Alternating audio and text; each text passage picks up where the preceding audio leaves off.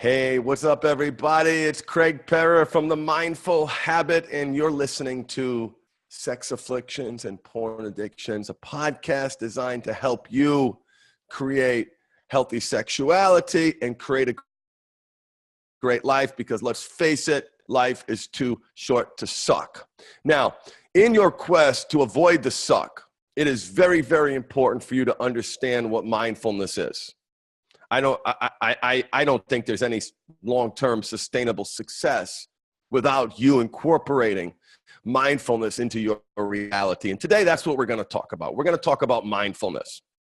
This is the mindful habit system. First, I'm going to tell you how great it is.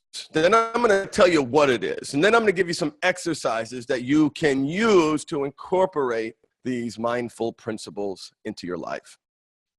But I have to tell you how great it is first, because everyone's looking for the POW. Everyone's looking for the magic potion that's going to wake them up. Everyone wants the powder that I can sprinkle on their heads. And, oh, look, I'm all better. Everything is fine. That's not how it works, brothers and sisters. That's not how it works. If you want to be successful, you must aggressively pursue a great life, because life is hard. Our triggers are biologically hardwired. Our thoughts are the result of decades of programming. Life is hard. So mindfulness can be a powerful counterbalance to that programming, that biological reality of those triggers not going away. The fact that life is really fucking hard. Really hard. There's no, I only have first world problems and my life is hard. But mindfulness has changed my life and it'll change yours. So mindfulness is one of the most effective behavior change modalities on the planet. Its underpinnings originating in Eastern philosophy, making its way into the Western medical landscape in the 70s with a brilliant man from Boston University named John Kabat-Zinn. He was a professor there, and he realized that when he practiced mindfulness, he felt better. His stress reduced. He was less depressed. He was less anxious. He was happier, et cetera, et cetera. As any practitioner of mindfulness will tell you, that's what it does. But he had the idea of bringing mindfulness into the Western medical landscape, using it to treat medical conditions, depression, anxiety, or medical/psychological conditions, because they're a combination of the two, right?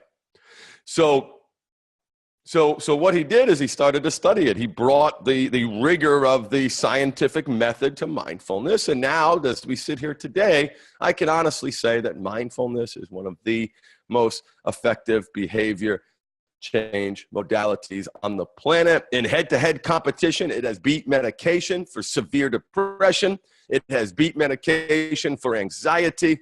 It reduces compulsive urges. It has beat narcotics for long-term pain relief. And what the hell is it? You ready? It's just sitting and breathing. Sitting and breathing. The practice of mindfulness. Like there's a fireworks. Hey, what's the secret? Sitting and breathing. Focusing on your breath. Because the way mindfulness is defined, it is being in the present moment. So where you are right now, you've got a million things going on in your head. Focus on my voice. Focus where you are. Focus on the scent. Exactly where you are right now. What do you see? Where's your mind? Are you present? Are you in the present moment? On purpose? Without judgment? So in regards to that definition, that on purpose part is the real deal. That's no joke. Being in the present moment on purpose. It is an intentional act. And that's the part that most people forget. Right? So, but how do you be in the moment on purpose? And then the last component of the definition is without judgment. Not judging the thoughts that are rattling around inside your head.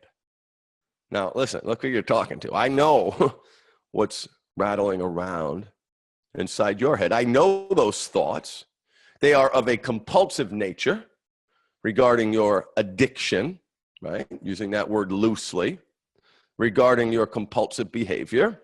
And then there's another component of those thoughts around self-deprecation, self-loathing. That voice in your head telling you that you are a piece of shit, that you are not good enough. Mindfulness counterbalances the chattering mind. Guys, the science is all over this. So ignore this simple exercises that I'm going to give you at your peril. At your peril. Mindfulness is a component of my fundamental 5, and the fundamental 5 are the 5 things that I must do if I want to be successful. I must eat well. I must sleep well. I must hydrate my body well. I must exercise, and I have to practice mindfulness. Right? There's no success in my life without doing any one of those things. There's no success. So there is the practice of mindfulness, and there is being mindful. I gave you the definition of being mindful, being in the present moment on purpose without judgment. Okay? That's John Kabat-Zinn's definition. Look him up, some great videos on YouTube. You're looking around, where are you? Where's your mind bouncing? What are the things that you need to do? What are all the failures that you've made in your life that you need to think about right here and right now? How do you set yourself free from the chattering mind? And there are 2 general kinds of mindfulness that I teach in the mindful habit system. Okay? One is in the moment mindfulness. In the moment mindfulness. And for those of you who've been paying attention, we've talked about that before. The in the moment mindfulness is the space that you must create between your thoughts and your actions. So in the moment mindfulness recognizes that your triggers are biologically hardwired. Your thoughts are the result of decades of programming. Then you've got to create space. How do you counterbalance those natural biological forces that are framing your reality? You must create space. I teach you how to do that in other podcasts. The second component, part of mindfulness, the broader category that I teach in the program, is the practice of mindfulness. Right, is the practice of mindfulness. And so I want to give you today a couple of exercises that are going to help you really elevate your ability to be present. So when we talk about practicing mindfulness, what do we mean? I mean sitting and breathing and focusing on your breath to the exclusion of all else. So when I talk about mindfulness, I talk about sitting and breathing and focusing on that to the exclusion of all else. And there's 2 different kinds of the practice of mindfulness. There's sitting mindfulness, that's where you're sitting down or lying down. And then there's walking mindfulness, where you're doing something, doing some activity, but doing it very, very, very, very mindfully, okay? So I'm fighting a cold. I need to be mindful of that. Take a sip of water. So mindfulness counterbalances the chattering mind. Mindfulness counterbalances your decades of programming. And there's one very, very simple exercise that I like to start people on, because this concept is really hard. We are programmed almost not to be mindful. Think of all the distractions that you have throughout the course of the day. Think of all the things that you do that aren't mindful. Just reflect for a second where mindfulness is missing in your life, being present on purpose, not judging those thoughts. So think about that for a second. And so how do you counterbalance that?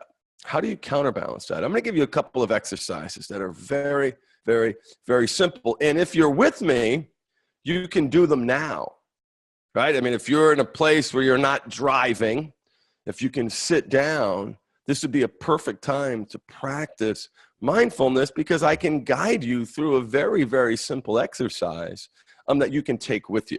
And in this exercise that I'm about to teach you, I've embraced the concept of mini habits and micro goals. So I talk about those a lot. I love mini habits and micro goals. And mini habits and micro goals are goals that are ridiculously attainable. Like really little itty bitty ones that, like, if you can't get that done, like, come on, like, what's going on? Right? You're exploiting the attainability component of smart goal setting, right? Goals need to be attainable, right? So you're exploiting that. You're making the goal ridiculously attainable. So this exercise is called the Mindful Minute. And all you are going to do for a period of 60 seconds is to count your breaths. Like, so you're going to focus, like, what else, Craig? What else is going to set me free? Tell me, like, the juicy stuff. Okay, let me back up. You're going to count your breaths. What else? You're going to count your breaths. When does the magic happen? You'll see. You're going to count your breaths.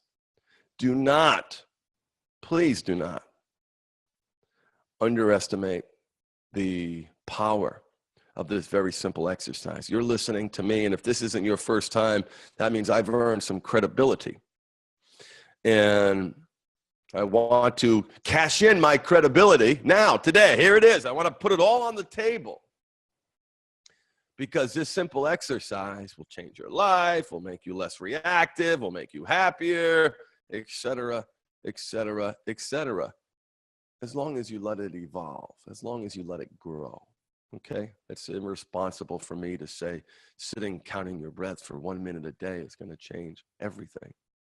But if it's a habit that you get into and start doing it regularly, multiple times throughout the course of the day, your life will change. Absolutely. No question about it. You will free yourself from the shackles of slavery to your chattering mind. That's the ultimate addiction, guys. That's the ultimate addiction. Every addiction, for anyone I've ever worked with, it has always been the symptom. It's the symptom for you too. You are addicted to your thoughts. You believe them. You act upon them. And sometimes that's okay. But when it comes to the negative parts of your life, that's not okay. That's unacceptable. Mindfulness is the counterbalance. So right now, wherever you are, I want you to start counting your breaths. Go. So you're going to breathe in, breathe out 1, breathe in, breathe out 2, breathe in, breathe out 3. Focus on the place where the air is entering your nostrils. Feel it. Go down your throat into your lungs. Feel your lungs expand. And feel the release. So there's a phenomenon here that I want you to experience as you're counting your breath, the expansion and release. Keep going. We might even go more than a minute today. So you breathe in, breathe out 1, breathe in, breathe out 2. Now here's what happens.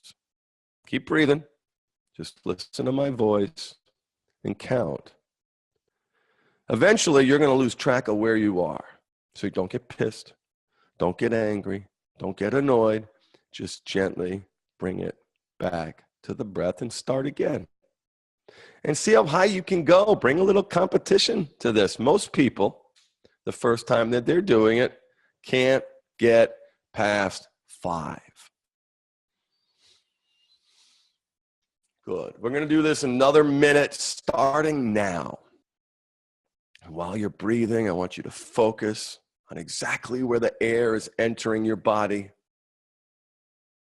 Feel it in your throat. Feel your ribs expand with the inhale. And feel the settling release of the exhale. Release the muscles in your face. Notice maybe where you're carrying tension around your eyes, around your jaw. Allow your tongue to relax in your mouth. Release your eyes to the back of your sockets. Just relax and count your breaths. When you lose count, gently bring your focus back to the breath and back to counting. That's the game. Back and forth. Mindful habits. Mindful habits. We need habits to survive. This is the counterbalance. Continue to breathe. Notice the energy shift in your body. Notice just a few breaths in, a sense of calmness, a sense of peace, a sense of gratitude maybe can wash all over you right now in this moment.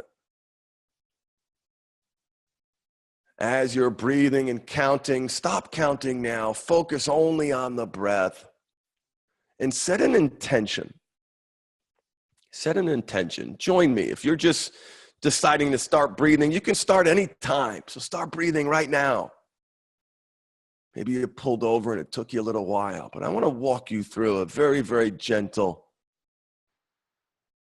guided visualization meditation in addition to that 60-second exercise.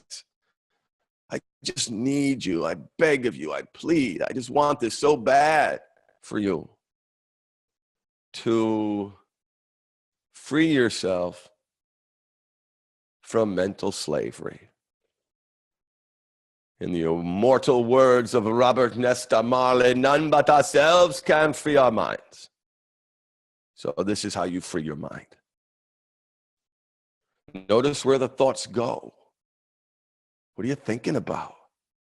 Is this stupid? Is this a waste of time? Is it like breathing? Seriously? Hey guys, I don't make the rules. Yeah, seriously. Where's the magic potion? Where's the one thing, if I do it, my whole life will change? This is it. This is it.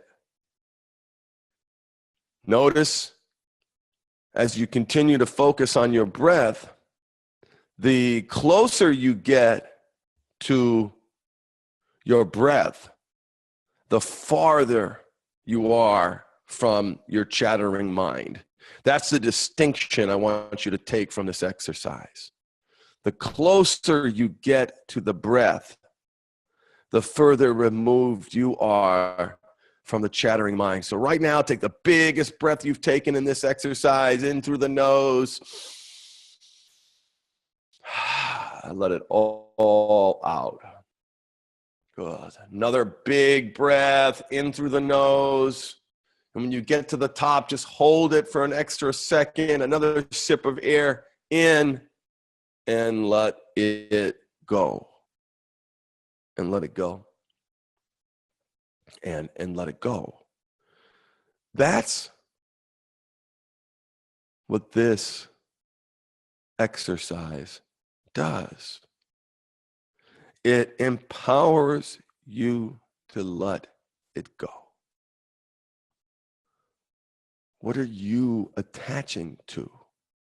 What belief system is driving your reality? And why is that not good? Why is that bad? Why is that not empowering you to be the best person that you can be? Because it's your programming. It's the past. And we self-deprecate. It's a component of the human condition. The Buddhists say life is suffering. That's where they start. Life is hard. Life is hard. And independent of your spiritual background, I think we all can connect with that reality. And the way to counterbalance the programming, all the shit that happened to you as a child, all the crap that still lives in you today, is through breathing, mindfulness, counting, paying attention in a particular way, on purpose, without judgment.